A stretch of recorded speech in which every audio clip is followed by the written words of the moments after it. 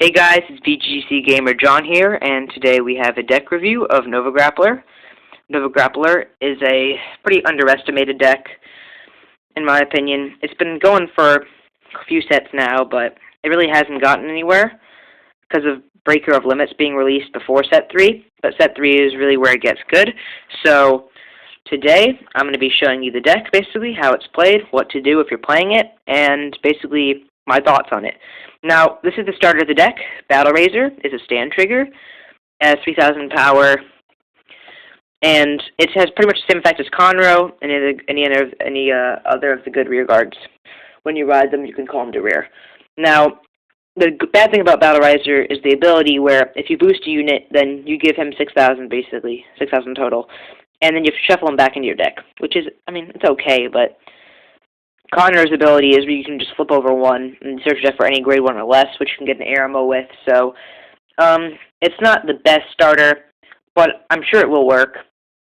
Especially if you want to play Screaming, Dancing, Announce, or Shout, you can just boost him and then keep doing stuff like that.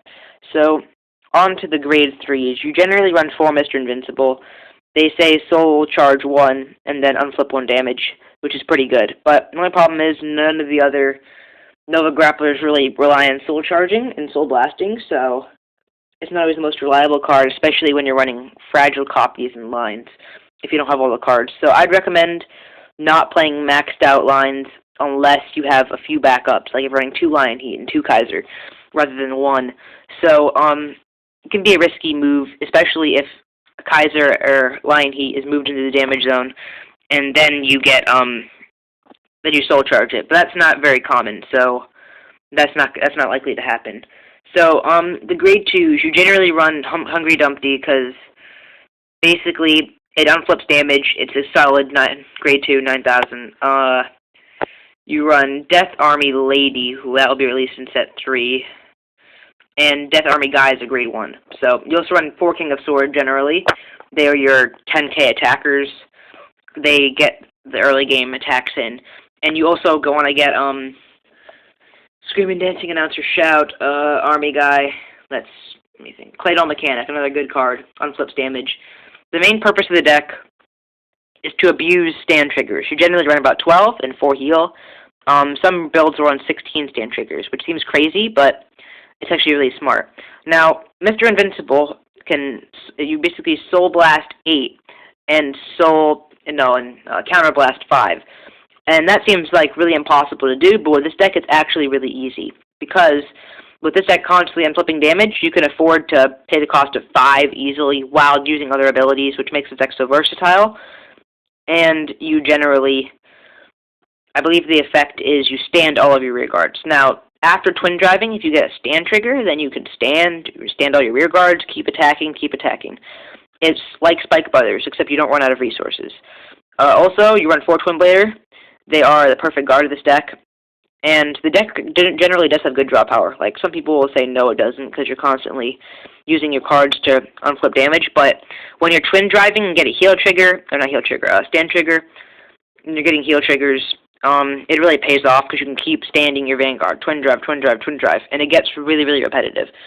It applies a lot of pressure. It's generally like a nerve-wracking deck when played against, so it's really, really hard to manage, even for competitive players. Now, another thing you have to remember is its matchups. It seems fairly stable against Kagero, because if they retire your rearguard units, then you just have more excuses to drop Claydol Mechanic and Hungry Dumpty and unflip damage even more, which is really, really good and essential. Also, Kagero generally is a longer setup deck, unless you're running the intense Blazing Flare Aleph line. But for Goku builds, you're pretty safe. Just be careful about your grade 1s constantly getting retired because of the ability. And next, Paladins. Paladins is a 50-50 in my opinion, because Alfred causes problems with its 20,000 base when you're set up, and he can keep abusing Lian and getting, useless triggers and guarding the 10,000 and using Flash Shield. But if you're really consistent at it, and you play it smart, like if you're not always attacking and attack at crucial moments when you realize your opponent doesn't have many shields, then that could be an opening The game is really, really hard to play also because it's strategic, so it makes it, not everyone's game. But that's generally the play style. Oracle Think Tank, I think you have a great matchup because Oracle Think Tank is very fragile. They're constantly drawing cards, drawing, and you're constantly standing and attacking. Their main idea is to get so many cards in their hand they could block any attack. But with you constantly attacking more than 3 times a turn, then their hand size runs low, the abilities don't activate, generally just falls apart for them. Now this is more of a speedy matchup. You have to really get off to a good start and get the turn 3, grade 3, and just keep abusing it, because that's the only way you're really going to break through early on. Or else they can hold up. If they get a good start and you start bad, then, you're pretty much dead. Grand Blues is fairly easy because you have lots of good attackers, like Brutal Jack. I didn't even mention that. It's a grade 2 with 11k. Really, really good. Has restraint, though, but since you're constantly inflicting damage, it works fine, especially with Mr. Invincible. Grand Blue is not a problem. It could be a problem, though, when Breaker of Limits comes out, which is rumored to be this month, actually, for English players. But recently, from what I've heard, it's not going to be out till May. Now, the thing about Breaker of Limits is it gives Grand Blue a lot of support. From grade 3s, grade 2s, easy to obtain, commons, rares, double rares that are actually really meta, which is good and bad. It's good because it opens up, top-tier decks to players who don't have a lot of money. And it's bad because a lot of people that do have a lot of money buy these really expensive decks and it's losing to them. Now, I'm not saying you should go out and do either of these, but just find a deck that suits your playstyle. Like, look it up. Each deck has its different own playstyle.